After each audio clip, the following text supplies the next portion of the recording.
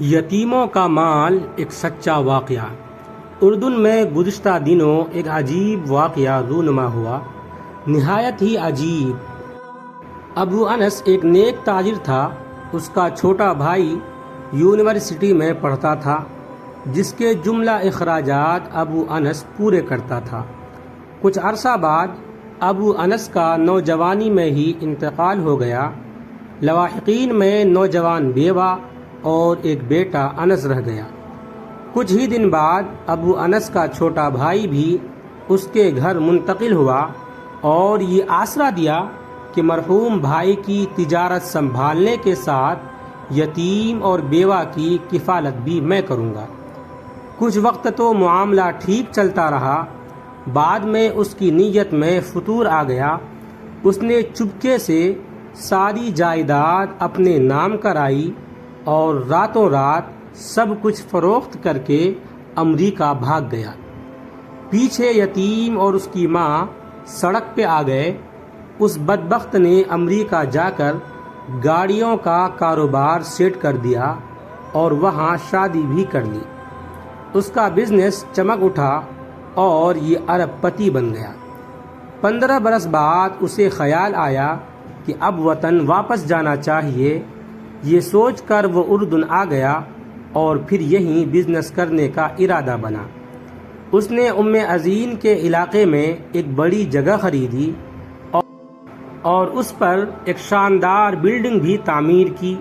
پھر یہاں بھی گاڑیوں کا بزنس شروع کر دیا اور کچھ عرصے میں ہی اردن بھر میں اس کا ڈنکا بجنے لگا۔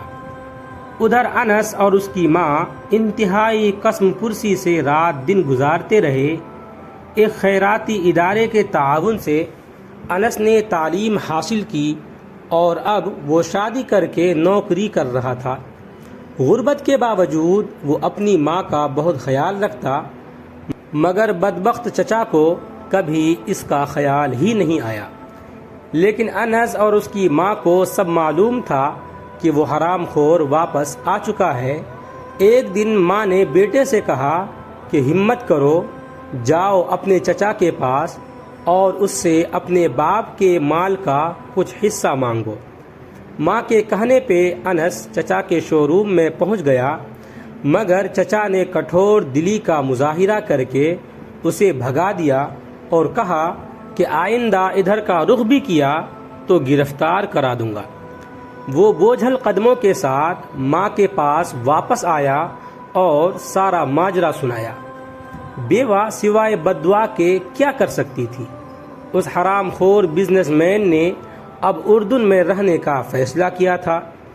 وہ ایک جنت نما محل تعمیر کر چکا تھا اور اب اس نے بیوی بچوں کو اپنے پاس اردن بلا لیا۔ ادھر وہ لوگ امریکہ سے روانہ ہوئے اور ادھر یہ بدبخت انہیں لینے کے لیے اپنی نئی ماڈل کی پرتعیش گاڑی لے کر ایئرپورٹ روانہ ہوا۔ جب وہ ایئرپورٹ سے باہر نکلے تو یہ سب اس نئی گاڑی میں سوار ہو کر اپنے محل کی طرف چل پڑے۔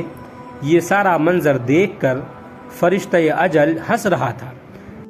جیسے ہی ان کی گاڑی مین سڑک پہ پہنچی تو ایک تیز رفتار ٹرالر نے اسے رون ڈالا اور انس کا حرام خور چچا اپنی امریکن بیوی اور دونوں بچوں کے ساتھ ٹکڑے ٹکڑے ہو گیا۔ پیچھے اس کے سوائے انس کے کوئی نہیں تھا۔ یہی اکلوتا وارث اب اس کا محل، شو روم اور بزنس بیٹھے بٹھائے انس کی جھولی میں گر گیا۔ کیسا عجیب معاملہ ہے رب کریم کا! اس نے یتیم کے مال کو کئی گنا بڑھا کر اسے لوٹا دیا۔ وہ مظلوم کی دعا ضرور سنتا ہے، اگرچہ اس کے ظاہر ہونے میں 15 برس بھی لگ جائیں۔ دوسرا یہ کہ وہ ظالم کو ڈھیل ضرور دیتا ہے، لیکن جب پکڑتا ہے تو سامان عبرت بنا کر چھوڑتا ہے۔ تیسرا یہ کہ حرام کا انجام کبھی اچھا نہیں ہوتا۔